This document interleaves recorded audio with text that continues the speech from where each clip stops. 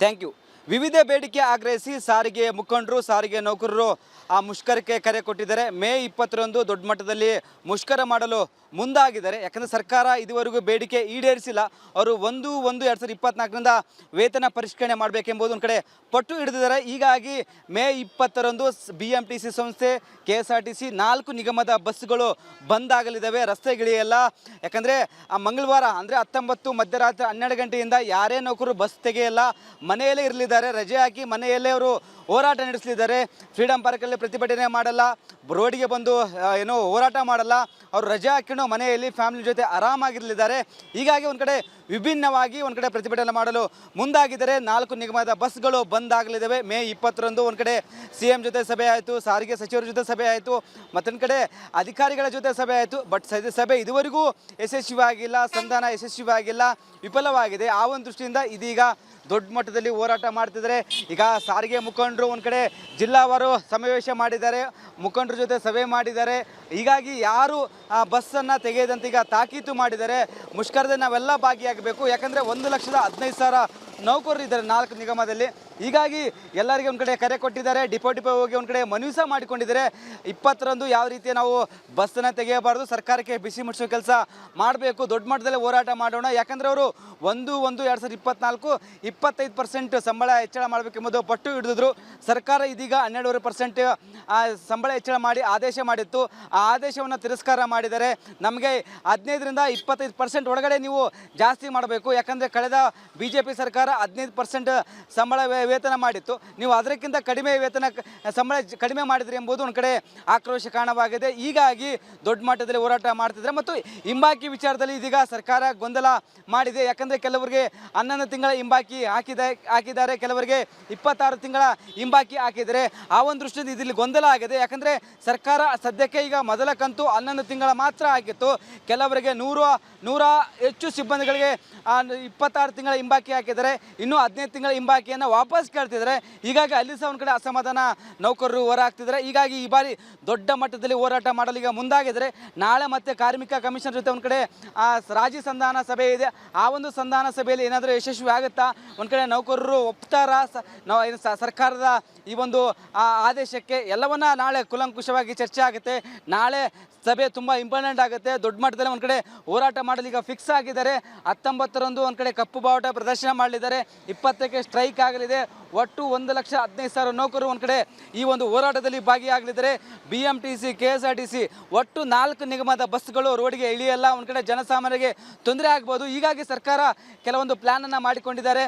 ಒಂದು ವೇಳೆ ಏನೋ ಮುಷ್ಕರ ಆಯ್ತಂದರೆ ಒಂದು ಕಡೆ ಖಾಸಗಿ ಬಸ್ಗಳು, ಮತ್ತೊಂದು ಕಡೆ EV ಬಸ್ಗಳು, ಯಾಕಂದರೆ ಗುತ್ತಿಗೆ ಆಧಾರದ ಮೇಲೆ ಕೆಲಸ ಮಾಡ್ತಿದ್ದಾರೆ. ಮತ್ತೊಂದು ಕಡೆ ಈ ಹಿಂದೆ ಕೆಲಸ ಬಿಟ್ಟಿರ್ಬೋದು ಮತ್ತು ಕೆಲಸದಿಂದ ತೆಗೆದ ನೌಕರರನ್ನು ವಾಪಸ್ ಕರೆತರಲು ಸರ್ಕಾರ ಈಗ ಸಾರಿಗೆ ಇಲಾಖೆ ಮುಂದಾಗಿದೆ.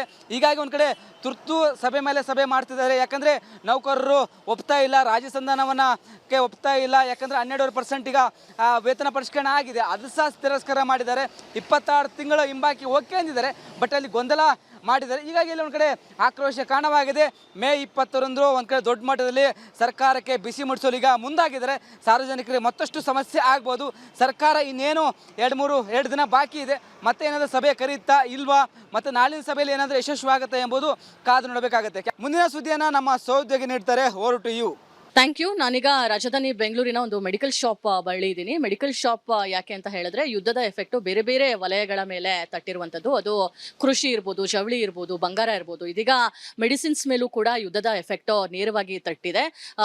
ಅಂದ್ರೆ ಯುದ್ಧದ ಎಫೆಕ್ಟ್ನಿಂದ ಪೆಟ್ರೋಲಿಯಂ ಬೆಲೆಗಳ ಹೆಚ್ಚಳದ ಬೆನ್ನಲ್ಲೇ ಮೆಡಿಸಿನ್ಸ್ ರೇಟ್ ಕೂಡ ಹೆಚ್ಚಳ ಆಗಿರುವಂತಹ ಮಾಹಿತಿ ಸಿಗ್ತಾ ಇದೆ. ಅಂದ್ರೆ ಪ್ರಮುಖವಾಗಿ 200ಕ್ಕೂ ಹೆಚ್ಚು ಮೆಡಿಸಿನ್ಸ್ ಏನಿದೆ ಅದು ಸರಾಸರಿ 10ರಿಂದ 15%, ಕೆಲವೊಂದು 30ರಿಂದ 35% ಅಷ್ಟು ಹೆಚ್ಚಳ ಆಗಿರುವಂತಹ ಮಾಹಿತಿ ಸಿಗ್ತಾ ಇದೆ. ಈ ಹಿಂದೆ ಮಾರ್ಚ್ನಲ್ಲೂ ಕೂಡ ರಿಪಬ್ಲಿಕ್ ಕನ್ನಡ ಈ ಕುರಿತು ಒಂದು ವರದಿಯನ್ನ ಮಾಡಿತ್ತು. ಆ ಸಂದರ್ಭದಲ್ಲಿ ಬೃಹತ್ Bengaluru chemist and druggist association ನ ಅಧ್ಯಕ್ಷರು ಮಾಹಿತಿಯನ್ನ ಕೊಟ್ಟಿದ್ರು. ಏಪ್ರಿಲ್ ಮೊದಲ ವಾರದಿಂದ ಮೆಡಿಸಿನ್ಸ್ ಬೆಲೆ ಹೆಚ್ಚಳ ಆಗುವಂತಹ ನಿರೀಕ್ಷೆ ಇದೆ ಅಂತ ಹೇಳಿ. ಸರ್ವೇಸಾಮಾನ್ಯವಾಗಿ ಪ್ರತಿ ವರ್ಷ 5ರಿಂದ 10% ಮೆಡಿಸಿನ್ಸ್ ರೇಟ್ ಹೆಚ್ಚಳ ಆಗುವಂಥದ್ದು. ಆದರೆ ಈ ಬಾರಿ ಯುದ್ಧ ಇರೋದ್ರಿಂದ ಅದು ಇನ್ನೊಂದು 5ರಿಂದ 10% ಆಗಿ ಸರಾಸರಿ 15ರಿಂದ 20% ಮೆಡಿಸಿನ್ಸ್ ಬೆಲೆ ಹೆಚ್ಚಳ ಆಗುವಂತಹ ಸಾಧ್ಯತೆ ಇದೆ ಅಂತ ಹೇಳಿ ಮಾಹಿತಿಯನ್ನ ಕೊಟ್ಟಿದ್ರು. ಆ ಪ್ರಕಾರವಾಗಿ ಈಗಾಗಲೇ ಕೆಲವೊಂದು ಮೆಡಿಸಿನ್ಗಳ ಬೆಲೆ ಹೆಚ್ಚಳ ಆಗಿರುವಂತದ್ದು. ಇನ್ನು ಇದ್ರ ಬಗ್ಗೆ ಮಾತಾಡೋದಕ್ಕೆ ನಮ್ಮ ಜೊತೆ ಅಸೋಸಿಯೇಷನ್ನ ಅಧ್ಯಕ್ಷರಾದಂತಹ ಮಾಯಣ್ಣ ಅವರಿದ್ದಾರೆ. ಅವರನ್ನ ಮಾತಾಡ್ಸ್ಕೊಂಡು ಹೋಗ್ತೀನಿ ಯಾವ ರೀತಿಯಾಗಿ ಯಾವ್ದ್ರ ಬೆಲೆ ಹೆಚ್ಚಳ ಆಗಿದೆ ಅಂತ ಹೇಳಿ. ಸರ್, ಈಗ ಮೆಡಿಸಿನ್ಸ್ ಬೆಲೆ ಎಷ್ಟು ಹೆಚ್ಚಳ ಆಗಿದೆ ಸರ್? ಅದು ಅಂದ್ರೆ ಬ್ಯಾಚ್ ವೈಸ್ ಆಗುವಂತದ್ದ ಅಥವಾ ಪ್ಯಾರಾಸಿಟಮಲ್, ಶುಗರ್, BP ಈ ತರದ್ ಏನಾದ್ರು ಜಾಸ್ತಿ ಆಗ್ತಿದೆಯಾ? ಬ್ಯಾಚ್ ವೈಸೇ ನಮಗೆ ರೇಟ್ ಜಾಸ್ತಿ ಆಗೋದು ಮೇಡಮ್. ಯಾವುದು ಇವತ್ತು ರಾತ್ರಿ ಮೆಡಿಸಿನ್ ರೇಟ್ ಜಾಸ್ತಿ ಆಗುತ್ತೆ ಅಂದರೆ ನಾಳೆ ಖಂಡಿತ ಅದು ಗ್ರಾಹಕರಿಗೆ ಎಫೆಕ್ಟ್ ಆಗಲ್ಲ. ಬಿಕಾಸ್ ನಮ್ಮದು ನೆಕ್ಸ್ಟ್ ಬ್ಯಾಚ್ ಮ್ಯಾನುಫ್ಯಾಕ್ಚರ್ ಮಾಡಿದಾಗಲೇ ಅದರ ರೇಟ್ ಎಷ್ಟು ಜಾಸ್ತಿ ಆಗಿದೆ ಅಂತ ನಮಗೆ ಗೊತ್ತಾಗೋದು. ಯುದ್ಧ ಆದಮೇಲೆ ಮ್ಯಾನುಫ್ಯಾಕ್ಚರರ್ಸ್ ಹೇಳಿದ್ದಾರೆ, ನಮಗೊಂದು ಲಿಸ್ಟ್ ಕಳಿಸಿದ್ದಾರೆ. ಸುಮಾರು ಒಂದು 200 ಫಾರ್ಮುಲೇಷನ್ಸು ರೇಟು ಸಿಕ್ಕಾಪಟ್ಟೆ ಹೈಕ್ ಆಗ್ತಾಯಿದೆ. 10 to 15%, 30 to 35% ಆ ಥರ ಹೈಕ್ ಆಗುತ್ತೆ ಅಂತೇಳಿ. ನಮಗೆ ಈಗ ಸದ್ಯಕ್ಕೆ ಯಾವುದು ಹೈಕ್ ಆಗಿರೋದು ಬೆಲೆ ಹೆಚ್ಚಳ ಯಾವ ಗ್ರಾಹಕರಿಗೂ ಇನ್ನೂ ತಟ್ಟಿಲ್ಲ. ಡೆಫಿನೆಟ್ಲಿ ಈ ತಿಂಗಳು ಇಲ್ಲ ಮುಂದಿನ ತಿಂಗಳಲ್ಲಿ ಆ ಬ್ಯಾಚ್ ಮ್ಯಾನುಫ್ಯಾಕ್ಚರ್ ಆದಾಗ ಖಂಡಿತವಾಗ್ಲೂ ಅದು ಎಫೆಕ್ಟ್ ಆಗುತ್ತೆ ಮೇಡಮ್. ಇವಿಷ್ಟು ಮಾಯಣ್ಣ ಅವರ ಮಾತು. ಅಂದ್ರೆ ಹೊಸ ಬ್ಯಾಚ್ ಬರೋವರೆಗೂ ಯಾವ್ದ್ರ ಬೆಲೆ ಎಷ್ಟು ಹೆಚ್ಚಳ ಆಗಿದೆ ಅಂತ ಹೇಳಿ ನಿಖರವಾಗಿ ಹೇಳೋದಕ್ಕೆ ಗೊತ್ತಾಗೋದಿಲ್ಲ. ಆದ್ರೆ ಯುದ್ಧದ ಎಫೆಕ್ಟ್ ನಿಂದ ಮೆಡಿಸಿನ್ಗಳ ಬೆಲೆ ಹೆಚ್ಚಳ ಆಗಿರುವಂತಂತೂ ಹೌದು. ಸರಿಸುಮಾರು 200ಕ್ಕೂ ಹೆಚ್ಚು ಔಷಧಿಗಳ ಮೇಲೆ ಇದರ ಒಂದು ಪ್ರಭಾವ ಬೀರಿರುವಂತಹ ಒಂದು ಮಾಹಿತಿಯನ್ನ ಕೂಡ ಅವರು ಹಂಚಿಕೊಂಡಿದ್ದಾರೆ. ಕ್ಯಾಮ್ರಾ ಪರ್ಸನ್ ಮಧು ಜಿ ಜೊತೆ ದೀಪ್ತಿ ತೋಳ್ಪಡೆ, ರಿಪಬ್ಲಿಕ್ ಕನ್ನಡ, ಬೆಂಗಳೂರು. ಮುಂದಿನ ಸುದ್ದಿಯನ್ನು ನನ್ನ ಕಲಿಗೆ ಕೊಡ್ತಾರೆ. Over to you. Thank you. ಎಲ್ರಿಗೂ ನಮಸ್ಕಾರ. ಹುಬ್ಬಳ್ಳಿಯಿಂದ ನಾನು ಪ್ರಕಾಶ್ ಹಿರೇಮಠ್.